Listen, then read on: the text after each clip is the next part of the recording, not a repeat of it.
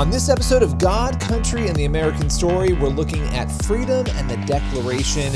We are joined by a historian who's going to break down America's miraculous founding and so much more. Bill Federer is here with us to give us a deep dive on how faith and history coalesce and how America's birth is truly unique. We'll explore everything from the Declaration of Independence down to the radical idea of making the people the king and so much more, including, and this is something you may not know, Thomas Jefferson's original anti-slavery language that was in the Declaration before it was removed. We'll get into why that happened and more. With no further ado, here is God, Country, and the American Story with Bill Federer. I want to talk about the Declaration of Independence because this document, it's something that a lot of children are taught about in schools, and we sort of just glaze over it, but there's so much incredible history here. And I want to start with a general question, and I always love getting your perspective because you have such a penchant for taking us through history in unique ways. With that in mind, what makes the Declaration of Independence, in your view, so unique? Well, if we zoom out and look at all the world history, it's all kings. Nimrod, Pharaoh, Caesar, Kaiser, Sultan, Tsar. And as the centuries go on, the kingdoms get bigger because with the latest military advancement, kings can kill more people. So instead of Cain killing Abel with a rock, they can kill with a bronze weapon, an iron weapon, a phalanx spear the Greeks had, scimitar sword that the Muslims had. The weapon keeps improving, but it's that same fallen nature of Cain killing Abel. And it's a gang structure. Kings are just glorified gang leaders. If you're friends with the king, you're more equal. If you're not friends with the king, you're less equal. If you're an enemy of the king, you're dead. It's called treason, or you're a slave.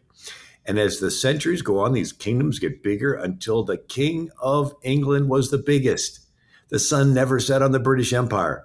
He had India, Bengal, and Australia, New Zealand, Hong Kong, Jamaica, countries from Khartoum and Sudan down to South Africa and Egypt. And the British Empire was a global empire. The King of England was a globalist, and America's founders did not like globalists telling us what to do, so they broke away and flipped it and made the people the king.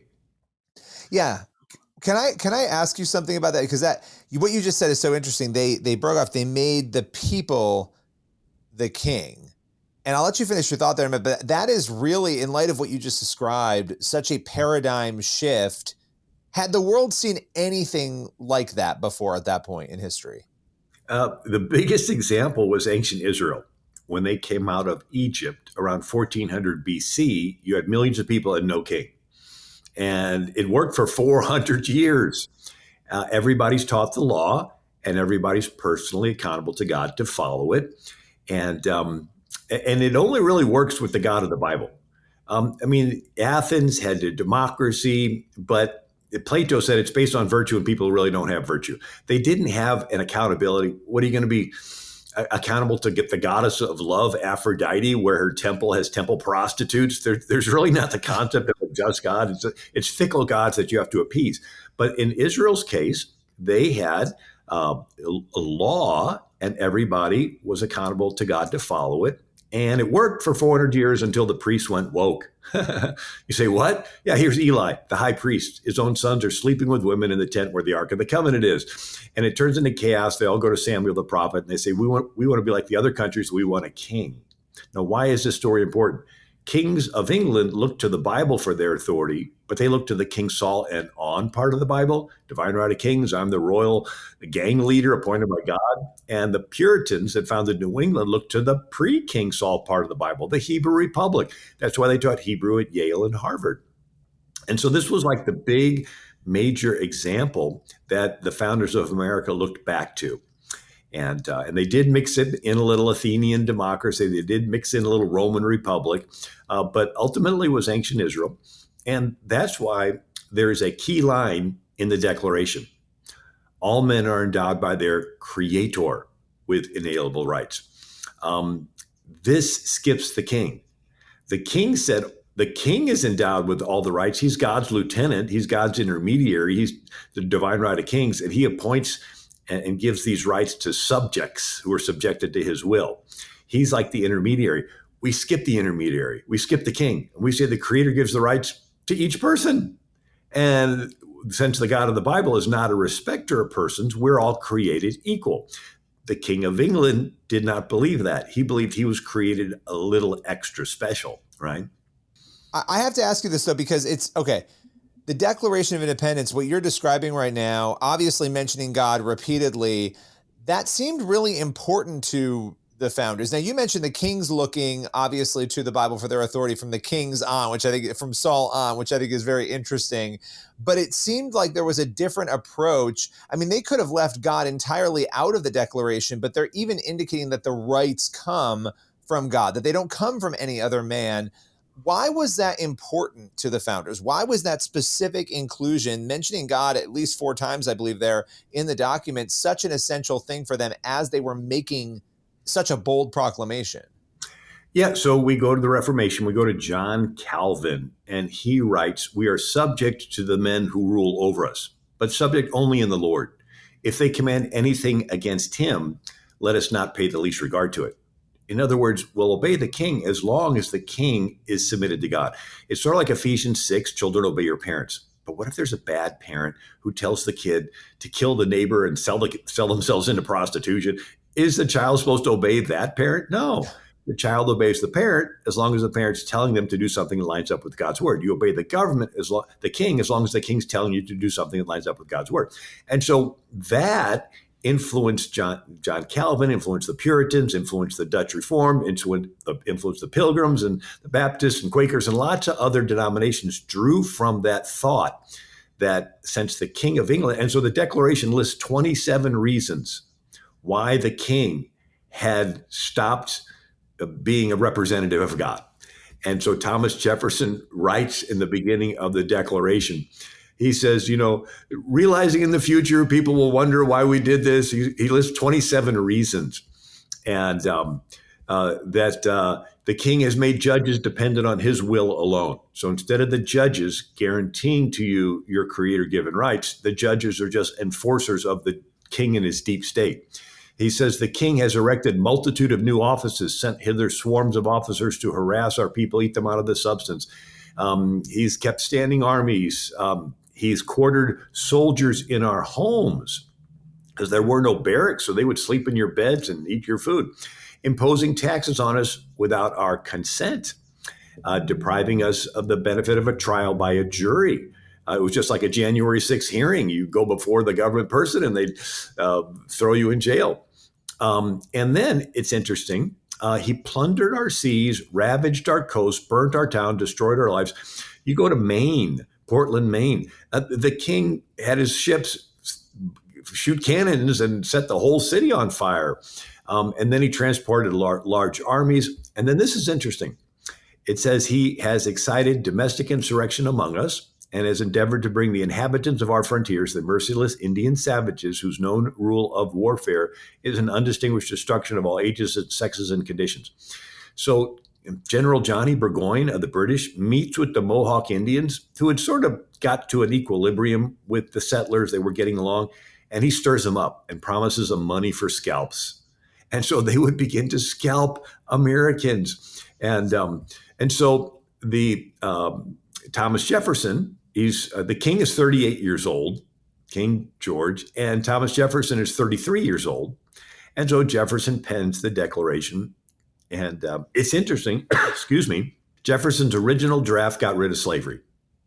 Yeah, okay. This blew my mind when I heard this because I did not know that there was an original line in the Declaration of Independence, because we have so much debate and discussion about why a country, here you have a Declaration of Independence declaring that rights come from God, declaring that God is sovereign, essentially, and then you have slavery obviously being something that, in the final draft is not condemned, but there was a line condemning slavery that was removed for the final version. Take us through what happened there, because that is an incredible piece of history there.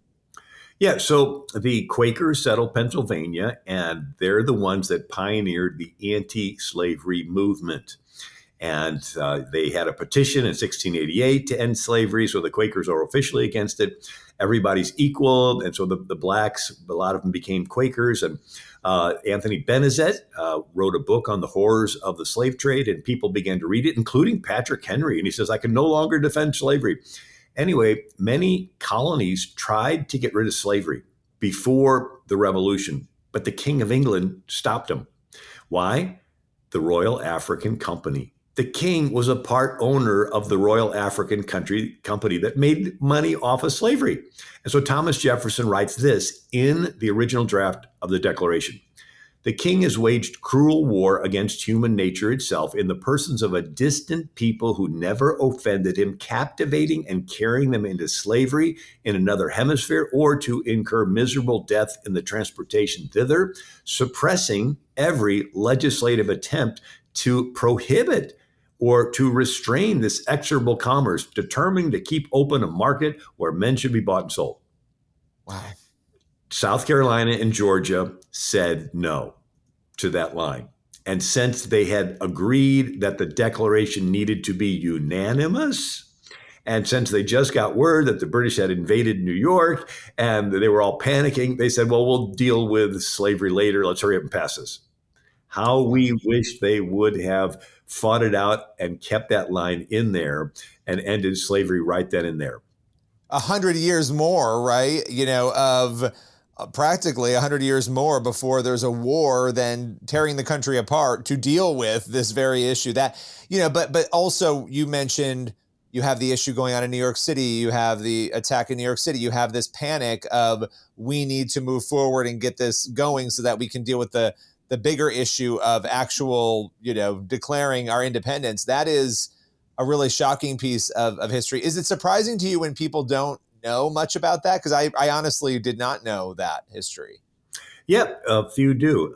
Now, they did put into the Constitution that as of 1807, no more slaves would be imported into America. And interestingly enough, Thomas Jefferson was the president in 1807, and he signed the legislation to prohibit further importation of slaves. Unfortunately, the ones that were here weren't freed yet. 1807 is the same year that William Wilberforce stopped the slave trade in the British Empire. It took 33 more years for William Wilberforce in England to get the slaves to be freed. But unfortunately, in America, we had the South being Democrat and pro-slavery. The North were Whigs, W-H-I-G-S. That was the opposition party of the king, but then that was sort of the party considered sort of opposition in America. And they wanted to be a big tent party. And finally, they dissolved. And in 1854, a slave escaped from St. Louis, Missouri, went to Racine, Wisconsin. And the sheriff of Missouri, under the Fugitive Slave Law Act that the Democrats had pushed through Congress, went to Racine, Wisconsin, bribed somebody to show him where the guy's living, takes his rifle and butts him in the face, knocks him out, puts him in the back of a wagon, takes him to Milwaukee and puts him in jail, and is going to take him back to St. Louis. But 5,000 white Wisconsins storm the Milwaukee jail, and they free Joshua Glover, the slave, and help him escape to Canada. And then just a couple days later, those same Wisconsins meet in Ripon, Wisconsin, and form the Republican Party. And the founding platform is to eliminate the twin relics of barbarism, slavery and polygamy that was going on in Utah at the time.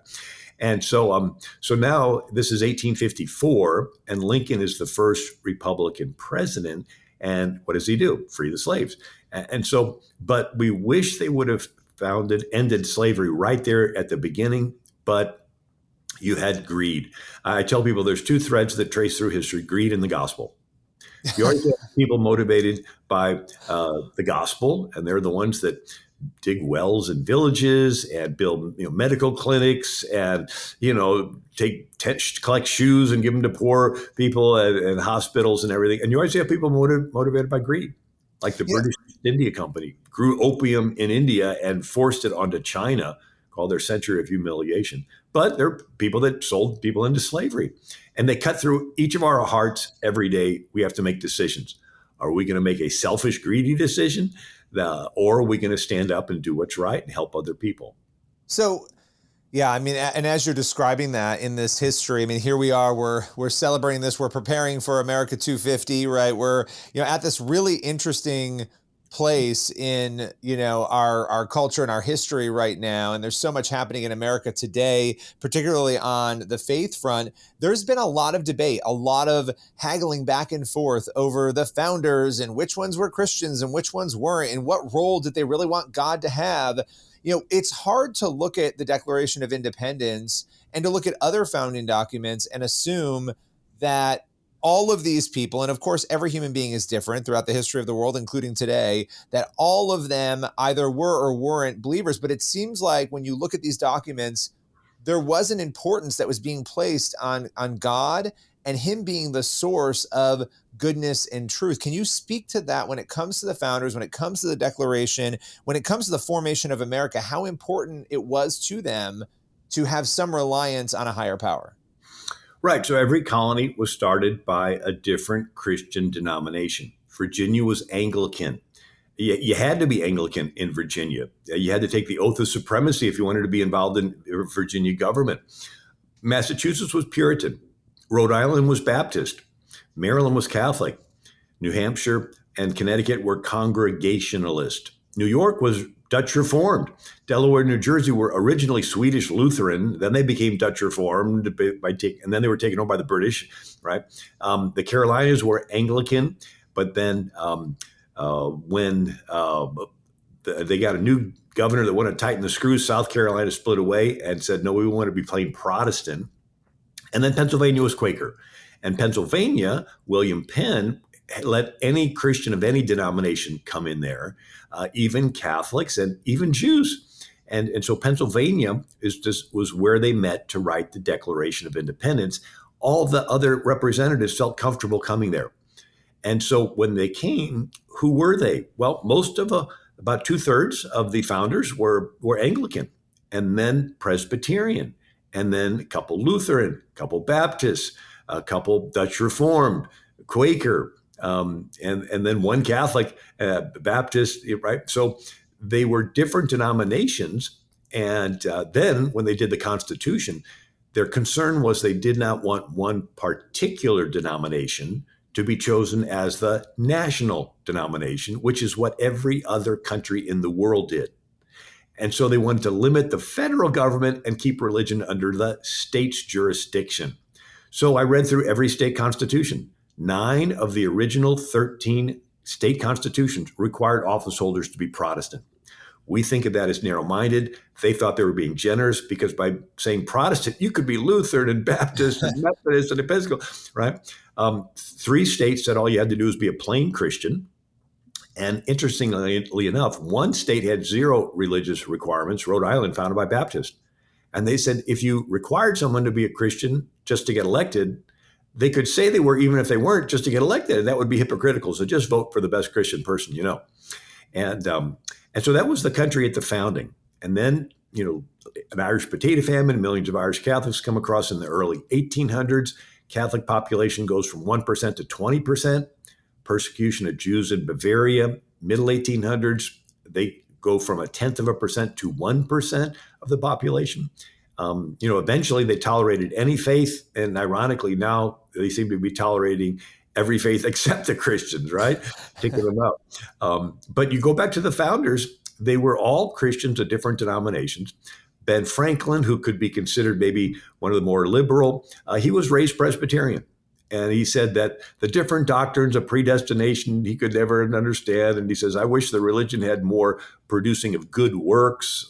So he started hospitals and he started all kinds of stuff. And but he said he stood up for a preacher named Samuel Hemphill, who was a New Light preacher that was talking about, really applying your faith. And he said he was a great preacher, but a bad writer. So I lent him my pen. So Ben Franklin wrote a half a dozen articles for this preacher, and they're all evangelical. They're all Bible-based. They're all really solid. Unfortunately, that preacher got voted out of the church, and that's when Jefferson decided to absent himself from service.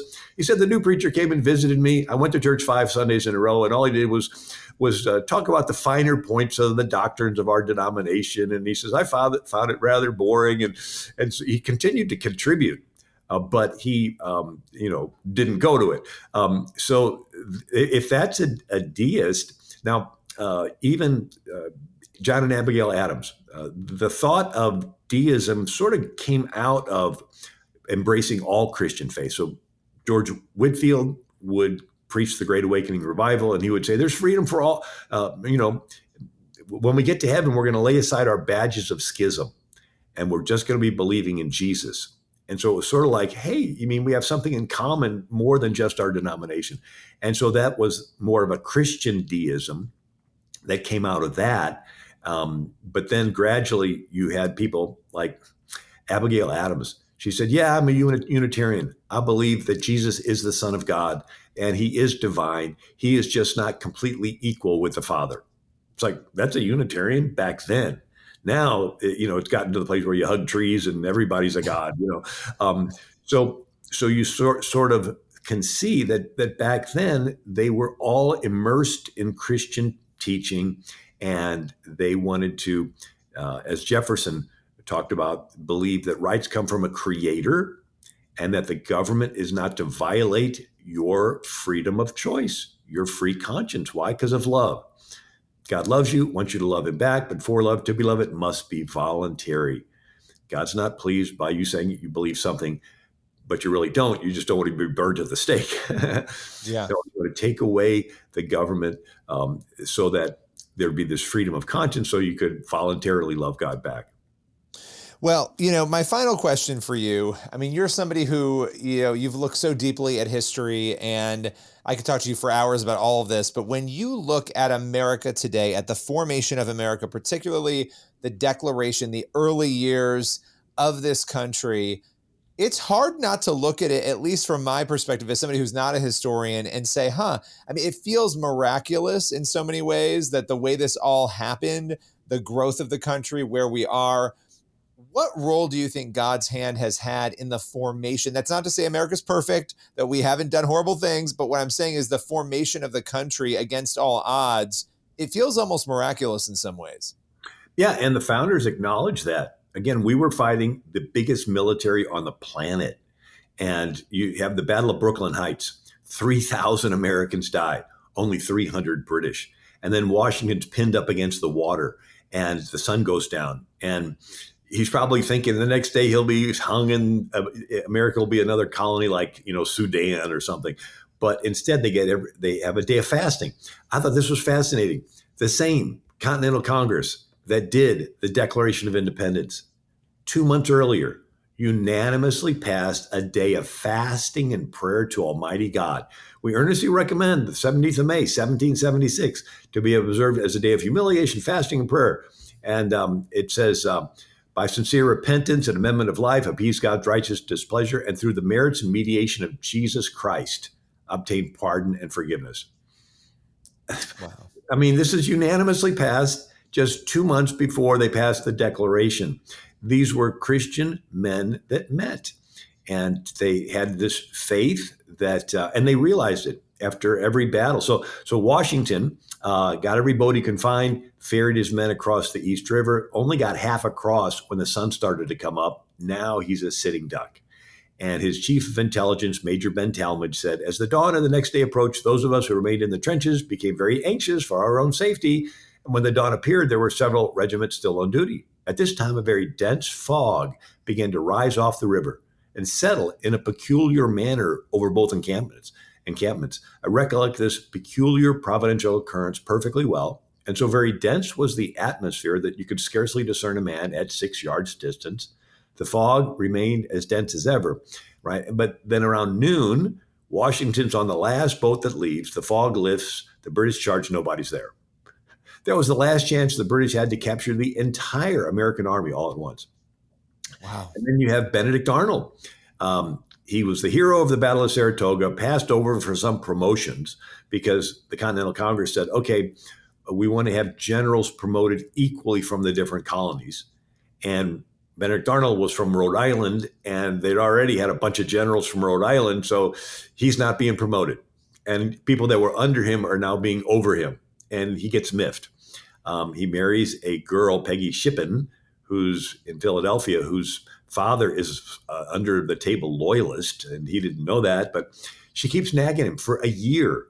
saying these Americans don't appreciate you. If you were in the British Army, they would know what a great guy you are.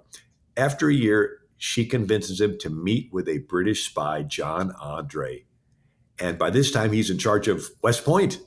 So he's going to surrender West Point to the British on the very day George Washington is coming to investigate and check out West Point. And so Arnold meets with the British spy. John Andre gives him a map of West Point and then goes back. He's waiting for Washington. Well, the spy gets caught and they're searching him. And they search him once, twice, and they make him take off his boot. And in the stocking is the map of West Point. And the guards say, what about this? And he tries to talk his way out. They say, well, let's let you explain it to our commander. Word gets back to Benedict Arnold. He flees on a ship called the Vulture. And all of a sudden it becomes clear. And so Nathaniel Greene, the general, said, treason of the blackest dye was yesterday discovered. General Arnold, who commanded at West Point, was about to give the American cause a deadly wound, if not fatal stab. Happily, the treason had been timely discovered to prevent the fatal misfortune. This providential train of circumstances which led to its discovery affords the most convincing proof that the liberties of America are the object of divine protection. So the founders over and over again said, look, even Ben Franklin, when he was, they were doing the Treaty of Paris that ended the Revolutionary War, which starts off in the name of the most holy and undivided Trinity. And then they're doing the Constitution. And Ben Franklin stands up and he goes, during our contest with Great Britain, when we were sensible of danger, we had daily prayer in this assembly for divine protection. Our prayers, sir, were heard and they were graciously answered. Many of us who were involved in the contest must have observed frequent instances of a superintending providence in our favor. Wow. So they realized that God was involved in this against the most powerful military in the world. And we had like a ragtag, threw together a navy. It was 6 ships that George Washington personally financed called the Washington's cruisers, and then we didn't have a standing army until Baron von Steuben comes over and starts training our men. And then Spain, people don't realize the King of Spain, Carlos III, created a front company in Paris called Rodrigo Hortalez and Company. And Spain is funneling millions of dollars financing our Revolutionary War. People don't realize Spain paid for this. And then the King of Spain has his governor of New Spain, Bartolome de Galvez, Bernardo de Galvez. And Bernardo de Galvez is who Galveston's named after. And so he drives the British out of Pensacola, out of Baton Rouge, out of Mobile, captures their supplies, yet he allows supplies from the Dutch and others to come up the Mississippi to George Rogers Clark to give Washington's troops from behind. And then the ladies of Havana. So Rochambeau, the French admiral, is coming across to help. Ben Franklin finally talked the king into sending help. And he stops off in Cuba. And when word gets out that he's going to help the Americans, the ladies of Havana give their jewelry, their candelabras, their silverware, $28 million worth.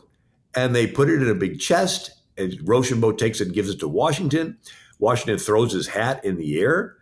And in the memoirs of Rochambeau in the Library of Congress, it says the money from the ladies of Havana buoyed up the Continental Army, which was on the verge of dissolving.